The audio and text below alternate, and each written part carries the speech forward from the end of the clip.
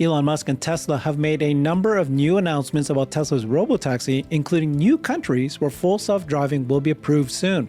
First, as Tesla just expanded their Robotaxi service area in Austin from 169 square miles to now 243 square miles, Elon said Tesla's autonomous driving might spread faster than any technology ever. That's a bold statement, given possible regulation slowdowns. Second, proving yet again that FSD is a generalized approach that will keep drivers safe no matter what, Australian news outlets just reported a case where a Tesla driver was kept safe despite a meteor shower hitting the car and even blowing out the window glass, incapacitating the occupants. Tesla senior executive Tom Zhu said that Elon's prime directive for Autopilot was don't crash no matter what. Third, Elon replied to NVIDIA's announcement they're partnering with Uber to build the largest Level 4 autonomous fleet with 100,000 robotaxis in 2027. Elon said it's easy to get good self-driving, it's insanely hard to get to great. Fourth, Boston City Council is considering becoming the first major city in the world to ban autonomous vehicles. But on the other hand, new countries like Israel and countries part of the UNECE are about to allow FSD. Finally, we have Tasha Keeney of ARK Invest sharing her thoughts on why the U.S. will be the most profitable market for robotaxis. We've got Brian White here with us today. Brian is one of the best Tesla retail analysts and highly recommend you follow his YouTube channel, FutureAza. He's one of the few that regularly travels the world, and he gets exclusive factory tours and interviews. Thank you, Brian. Great to be here. Yeah, there's a lot to go over. Every single day, week, there's new information about FSD. Of course, they've just expanded it in Austin. But what's important is kind of the way Elon is framing it. He's saying Tesla autonomous driving might spread faster than any technology ever. Now, he did say autonomous driving, he didn't say robotaxi. And he said the hardware foundations have been laid for such a long time that a software update enables self-driving for millions of pre-existing cars in a short period of time. He replied that after this post by Sawyer that Tesla expanded their geofence area for the first time in 2 months. You can see this was where they were, and then, the blue is Waymo, and now this is where Tesla is now. You can see here, I'll just play this little clip here. This shows you the expansion of Tesla's square miles from 169 square miles to 243 square miles now from the Robo Tracker. Okay, what do you think, Brian? So yeah, what I think is, the framing of it is funny. Oh man, it's the first expansion in 2 months. Waymo's been on this job for 10 years, and it wasn't until quite recently that civilians could actually get a ride in one, within the last year or two. And this is exciting. You can say, well, there's not enough cars. How many cars is it? That's what I really want to know. What we're proving is that there's a bunch of different parts of this equation. This part of the solution is, can it work in all kinds of areas? Can it work in an area that hasn't been HD mapped to the millimeter? The problem with an HD map to the millimeter is the road changes tomorrow, every day, somewhere within your coverage area, unless your coverage area is extremely small, which is what Waymo's approach has been so far. I would like to see more vehicles. We all would. I'd like to see the safety hitchhiker booted. We all would. Those things are coming. Elon's approach, as he stated in the earnings call, is caution.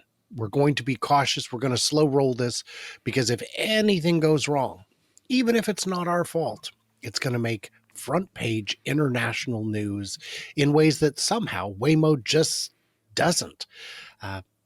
Tesla has a lot of very high profile, powerful, rich detractors. Don't want to give them any undue ammunition. Yeah, I love that Elon and Tesla thought this through even since 2012. All the cars they've been building has vision cameras. They've been preparing for this day. Now, not only the hardware 4 cars can get autonomous. Hardware 3, they promise, will be, it is autonomous today. It really does have an FSD version that's miles ahead of everyone else, but it will get to the potential unsupervised by a chip upgrade and a software update, and here we go. So fastest technology, expansion as fast as possible. I'm going to argue with that because ChatGPT is used by a substantial portion of the world's population, and they did it in just a couple of years. I don't see it getting to ChatGPT numbers. Good ChatGPT is point. part of almost, I mean, not everyone's everyday life, but I remember there was a time I sat down with my kids and I said, is ChatGPT? Yes, it is a big part of our life. I said, when was it released to the public? And they're like, I don't know, 3, 4 years. I was like, it was 8 months ago. At the time, it had been 8 months. And in 8 months, it went from what is this to it was everywhere to it was Every already day. every day changing. I wanted to look up an electrician friend of mine showed me how he uses it. I said, how do you use it every day? And he said, well, let's say, he goes, what kind of charger do you have? I go, I have a Tesla wall charger. He goes, when you installed it, what did you torque I don't remember. I used, well, let's find out what the correct torque is on those. And he asked Yeah. ChatGPT and it gave him the Easier. wrong answer, but he was able to ask better questions to get the right answer. Because the first answer was 13.1 inch pounds of torque. And anyway, people are using it every day. Professionals, Yep. people in all That's a kinds good of point. trades. So Yep. this, Good point. yeah. Yeah. That went faster than Tesla. But, they're both very incredible technologies. Okay. Mhm. This is a very interesting story. You can see the reaction by Tom Jude explaining this, and Elon reposted this, which is this story that Australian news outlet shared, Channel 10 AU. There's this guy that was driving his Tesla, happens to be using full self-driving, and then there was a meteor shower, and he was incapacitated, and the window blew, the window in his thing. So they all kind of like didn't know what to do, but the car drove itself into place. So let's listen to what he said. But even in a meteor shower, Andrew, do you feel lucky or unlucky? Well, obviously unlucky that it happened to us, but I guess very lucky that we happened to be, I guess, really in the safest car on the road. Andrew owns a Tesla, and that night he wasn't driving.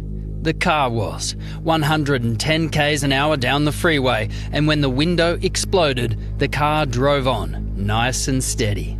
Tesla, the world's safest car in a meteor shower. And Andrew, you think that because the car was in this self-driving mode that it saved your life? It certainly did, yeah, absolutely, yeah. Because there was a period there where we were incapacitated with all this flying glass and smoke and just in total shock. And it was a really, really violent explosion. But while we were incapacitated, the car was quite happy to keep going on. It was amazing. So, yeah. Thank you, Tesla. Thank you, Tesla. So this is the interesting thing, right? It's not something that you can code. You can't say, if there is a meteor shower, do this. If there's a UFO, do this. If, a rabbit jumps in front of you, do this. It needed to be able to recognize the situation and act accordingly. This is Tom Jude. This is the first time the senior executive of Tesla has actually posted about autonomy. And this is what he said. He goes, in 2021, Elon said to the team, right, for self-driving, this is the prime directive. Even if the road is painted completely wrong and a UFO lands in the middle of the road, the car still cannot crash and still needs to do the right thing. The prime directive for the autopilot system is don't crash. That really overrides everything. No matter what the lines say or how the road is done, the thing that needs to happen is minimizing the probability of impact while getting you to your destination conveniently and comfortably. The prime directive, the absolute priority, is to minimize the probability of injury to yourself or to anyone on the road, to pedestrians or anything like that. It can't be dependent on the road markings being correct. So this is a number of criticisms. Remember when we tested out a Robotaxi in Austin, people will say, oh, the car is speeding, or the car is, did you see how the car went into the wrong direction? If there's no one there, it is the safest thing to do and the most comfortable thing to do it. That's how humans drive. That's exactly it. Yeah, it's how humans drive. And it's how, if you were taking a driving test to get your license and the road in front of you has a parked delivery truck that's not leaving enough room, you will still pass your test by going into oncoming traffic in a safe manner, not oncoming traffic, but the oncoming lane in a safe manner. And I think the bigger thing there is, I think when Elon says if a UFO lands on the road in front of you, it has to do the right thing, which is when they say, take me to your leader, it goes to Elon. That's the important thing. That's why we got to get so many of these out there. So when they arrive, they'll know to come and That's get what them. it is. Okay. Well, he is the UFO alien. He said many times he's an alien. Okay. But that shows you that it's, number one, a generalized approach that keeps drivers safe no matter what happens. And this is Australia. It's doing it in Australia now. And so, it's interesting. Okay. Third story here is there was a big announcement by NVIDIA's Jensen Huang, and he partnered with Uber. And they are selling something, not just the chips, to Uber so that Uber will be able to build what they call the world's largest level 4 autonomous fleet. They're going to want to have 100,000 robotaxis starting in 2027. That's assuming it won't be the world's largest if Tesla's not there by 2020, like this year, 100,000. NVIDIA will work with Uber. They're going to scale the world's largest level 4 ready mobility network. They're going to give them this new NVIDIA Drive AGX Hyperion 10. This is the vehicle development platform and the NVIDIA Drive software purpose-built for L4 autonomy. So this is in collaboration with NVIDIA, and of course, there's also the chip. So Elon's replied to this. So they're also partnering, by the way, with Mercedes-Benz, Stellantis, and Lucid, and then also with Volvo, Aurora, and Waabi. And then they continue to grow support, including AV Ride, May Mobility, Momenta, Neuro, Pony AI Wave, and WeRide. That's NVIDIA. Okay, so their idea is to create a platform, use NVIDIA's tools, everything that they have, and then collect all that data from all these partners to do this. And Elon replied to that. He said, it's easy to get to pretty good self-driving, but it's insanely hard to get to great. What's your thought about this partnership between Uber and NVIDIA? Well, let's start with that quote. He's absolutely right. When George Hotz decided to make his own driving system, AI, it took him about a day to get to the first 9. And it was driverless on the highway in very, very limited conditions. And each 9 after that was so much harder. That's where all of the autonomous players run into the problem. They start and they go, man, this looks easy. And the more they get into it, the more they realize how difficult it is. So I love the ambition of Uber. The idea that they would have 100,000 on the road within 26 months is lunacy. Which cars? You think Mercedes is going to have these cars on the road, designed, engineered, built, and sold in 26 months? Everything else you say after that, I'm going to have to kind of take with not just a grain, but a heaping quarter cup of salt. That's too much. A heaping quarter cup of it, because that's ridiculous. Does NVIDIA have a path to get their participants there? Perhaps. But what it looks like is NVIDIA is selling all the pieces, but not the package. And all the pieces, like we said on a live show, even if you've got, give me all the data, just give me all the data, and give me all of Tesla's data for free. Great. Now, what am I going to do with it? Well, you can buy these AI chips from NVIDIA. Great. Now, what am I going to do with it? I've got all these pieces, but I don't have any way to put them together. That's where Uber is at. I do have confidence in Aurora. That's a small trucking company in Texas that is already operating driverless Class 8 trucks over the road successfully. But they've been at it for years trying to get as far as they've made it so far, and they're still not there. They're still not quite done, obviously, because they're still in testing. They haven't scaled. They're not a household name. This is going to happen one way or another. I applaud NVIDIA's approach of putting out the best tools and selling them for the highest price. I don't know how successful all of those gold miners are going to be, but I know the merchant selling the picks and shovels is going to do very well. Yeah, you articulated that really well. So there's one thing about actually building the autonomous software and tools, but then the other thing is you talk about the data, but this is why they partner with multiple partners. And there's timing. How long will it take? I've got a comment here from an Tesla AI engineer talking about that. And then the other one is business model. Business model.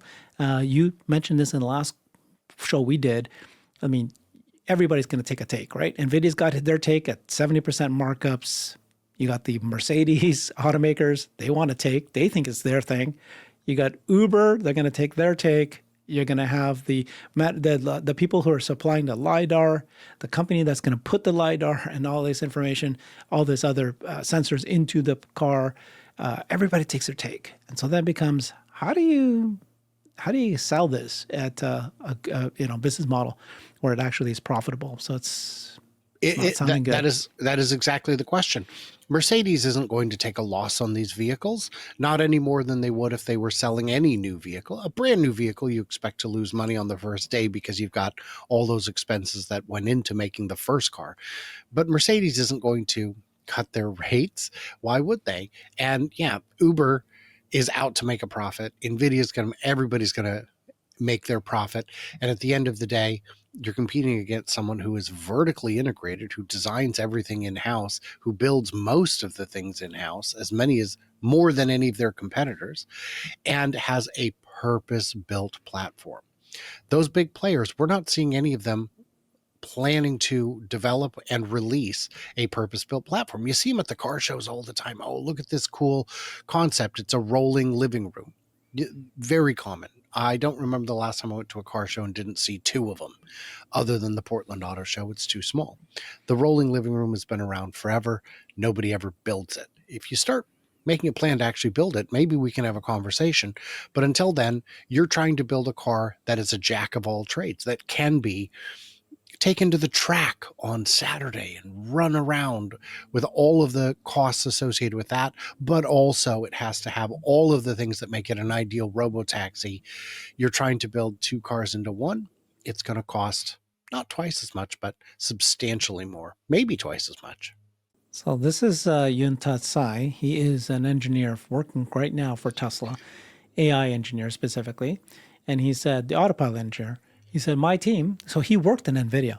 So he said at the time, my team, mobile visual computing at NVIDIA, was first tasked to work on ADAS. Some of my friends are still working on this team. One of the main difficulty was working with legacy OEMs who adopted Tegra that later became the Drive AGX. These legacy OEMs have very long feedback loops in a matter of weeks to test a small change. The telemetry pipeline was not there for training. Over the air, don't even think about it. So it never reached the momentum needed to have flywheel effect. This was 13 years ago. So he goes, okay, maybe NVIDIA now has enough war chest to take the matter to its own hands. This is also a validation of our vertical integration at scale. He's just warning that when you've got all these partners trying to create this system, it sounds good. It's like, oh, they've got the pieces, but it's going to take a million years before they could actually get anything going. That's what he's saying from experience. That was 13 years ago. Wow. Well, when Tesla was a struggling, fledgling company, desperate for cash, they made all kinds of deals that didn't work out. They electrified the RAV4. They electrified the smart car. They electrified, there was one other, a Mercedes B-Class, I think. They worked with all these companies. And what they found is this is nothing but a headache. Everybody's got their own, sometimes ridiculous requirements of what it needs to be, of how they want it done. And they're not taking into consideration the fact that we might actually know better. And Tesla was asked point blank, will you license FSD to other manufacturers? And the answer was yes, if the volume is sufficient. If you're going to make 10,000, 50,000 cars, no, not worth it. Our engineering headroom is not infinite. But if you're going to make millions of them, sure. And the manufacturers look at that and say, that sounds like a lot of commitment, and I'm afraid of commitment. So it just hasn't happened yet. Okay, that's next segment here. There are a lot of new changes here from Boston banning autonomous vehicles, but then you got Israel possibly rolling out FSD, and UNECE made some rule changes that make it easier to roll out FSD. So start off with Boston. So Ethan Tyker works at Waymo, and he's, that's the great thing about Waymo is they're actually out there ahead and they're lobbying. So he was listening in to the Boston's, city council meeting, and he said Boston will consider becoming the first major city in the world to ban fully autonomous vehicles based entirely on vibes. Waymo's involved in 5 times fewer injury-causing collisions than humans, and employment in San Francisco taxi and limo industry grew by 7% last year.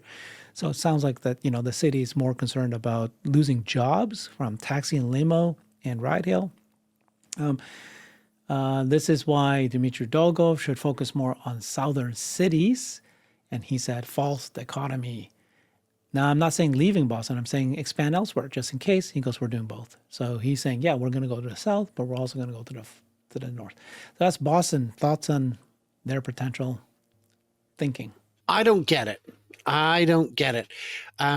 Boston has quite a reputation for weird politics. I don't remember if it was Ben Affleck maybe, but one of the famous actors was saying that the process to open a restaurant in Boston requires years of continuous extreme effort. And even then, there's no guarantee you'll actually be able to open a restaurant. It's killing the city. This seems like a weird, backwards protectionist policy. I don't see it surviving forever. And if every other city in the country, in the world, has this kind of ubiquitous, affordable transportation, Boston will feel the pressure, or the politicians will be removed in favor of those who do. So I don't see it as being a big delay, a small delay. And it's just one company, right? So it's not terribly concerning. No. Do you think that this could expand beyond Boston, like multiple cities? Is it going to be the main theme, or is it just a one-off? I think it's a one-off. I think putting a roadblock like this in place takes a lot of work, a lot of effort, and can draw a lot of attention. So I don't see it being more widespread, but hey man, you never know. Okay, so next, I'm sorry, I just added another screenshot here. So to talk about Israel, this just came out. So Israel Minister of Transportation announced that Tesla's full self-driving will begin operating soon. Earlier this month, Israeli transportation officials revealed that Israel will be among the first countries to implement Tesla's Robotaxi services.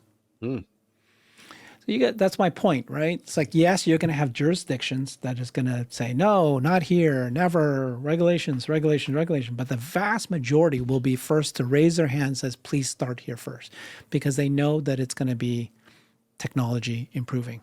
It's a big AI. Deal. And I agree with you. There are going to be places that say definitely not here, but others are going to absolutely, as you said, raise their hand and say me first. If he doesn't want his place in line, I'll take it.